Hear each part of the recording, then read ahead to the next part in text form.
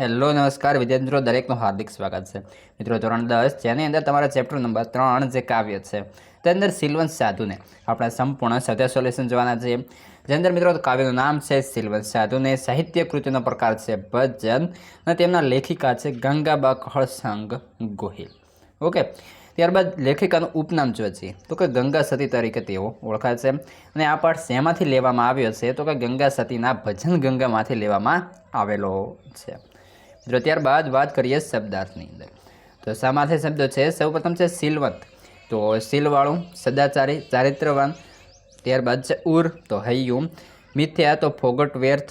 પ્રહર, તો 3 કલાક 7:30 ઘડી. ત્યારબાદ આગળ છે તળપદા શબ્દો, જેની અંદર નિર્મળ, તો નિર્મળ. ત્યારબાદ છે રૂઢી, તો સારી. મહારાજ, તો મહારાજ. પરમારથ, તો પરમાર્થ. રેવે, તો રહે. વચનુમાં, તો વચનોમાં. વ્યાપાર, તો વ્યવહાર. પોર, તો પ્રહર. અને સંગતો, તો સંગત. ત્યારબાદ વિરુદ્ધાર્થી છે, જે અંદર નિર્મળ, તો મલિન. શત્રુ, તો મિત્ર. વ્યવહાર, તો દુર્વ્યવહાર. ત્યારબાદ રૂઢિપ્રયોગ, જેની અંદર નામને રૂપ મિથ્યા કરવું, તો કે નિર્મોહી થઈને જીવવું. તુર્યનો તાર જાગી ઉઠવો, સમજણ શક્તિનો ઉદય થવો, એટલે કે ચોથી અવસ્થા બ્રહ્મ અવસ્થા. આઠે પહોર આનંદ, તો કે હંમેશા પ્રસન્ન રહેવું. ત્યારબાદ છે શબ્દ સમૂહ માટે એક શબ્દ, તો કે પારકાના હિત માટે કાર્ય કરવું, તો પરમાર્થ. અને મલિન નથી તેવું, તો નિર્મળ. મિત્રો વિડીયો સારો લાગે છે તો લાઈક, કોમેન્ટ અને શેર પણ કરતા રહેશો, અને ચેનલને તો ખાસ કરી સબસ્ક્રાઈબ કરી લેશો. ત્યારબાદ જઈએ સ્વાધ્યાયની અંદર. તો પ્રશ્ન 1 છે, જે અંદર મિત્રો વિકલ્પો આપણે આપેલા છે. પહેલો છે, જેને શત્રુ કે મિત્ર એક કે નથી. ઉરમાં પંક્તિનો ભાવ શું છે? ઓપ્શન એ બધા દુશ્મનો હોવાનો ભાવ. ઓપ્શન બી બધા મિત્રો હોવાનો ભાવ. ઓપ્શન સી જીવનથી નિર્ભય બનવાનો ભાવ. અને ઓપ્શન ડી શત્રુઓને મિત્ર બનાવવાનો ભાવ. તો ઓપ્શન સી સાચો બનશે, જીવનથી નિર્લપ બનવાનો ભાવ. ત્યારબાદ છે બીજું, સિલવંત સાધુનો શબ્દાર્થ. તો ઓપ્શન એ ચારિત્ર્યવાન. ઓપ્શન બી શરમાળ. ઓપ્શન સી નાશવંત. અને ઓપ્શન ડી લજ્જાશીલ. તો ઓપ્શન એની અંદર એ સાચો બનશે, ચારિત્ર્યવાન. પ્રશ્ન 2 તરફ જઈએ. નીચેના પ્રશ્નોના એક વાક્ય અંદર ઉત્તર આપવાના છે. પહેલો પ્રશ્ન છે, ભજનની અંતિમ પંક્તિમાં ગંગા સતી કોને ઉદ્દેશીને વાત કરી રહ્યા છે? તો કે ભજનની અંતિમ પંક્તિમાં ગંગા સતી પાનબાઈને ઉદ્દેશીને વાત કરી રહ્યા છે.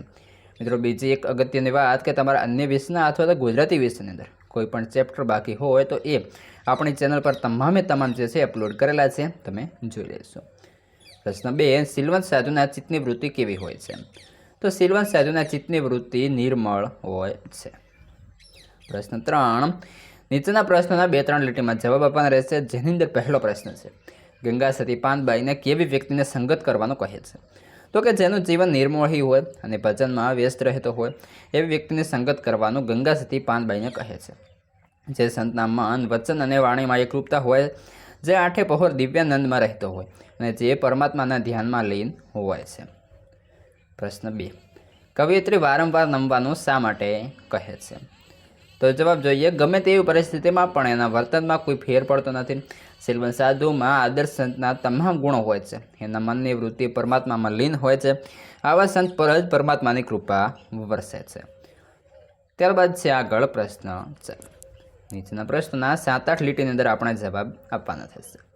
પહેલો પ્રશ્ન છે, સિલવંત સાધુ તમે કોને કહેશો તે કાવ્યના આધારે જણાવો.